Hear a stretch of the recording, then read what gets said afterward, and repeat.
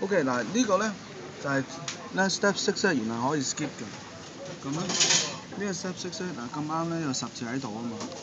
咁咧所以嗱，你睇下，仲有頭先咧有兩樣嘢要注意嘅。第一咧就係我扭 right 嗰陣時錯咗，所以咧你 miss 咗嗰度唔得。同埋咧頭先咧係第二個 step。第二個 step 咧，你自己 identify 唔到你原來要再做多次 step 5呢度嘅，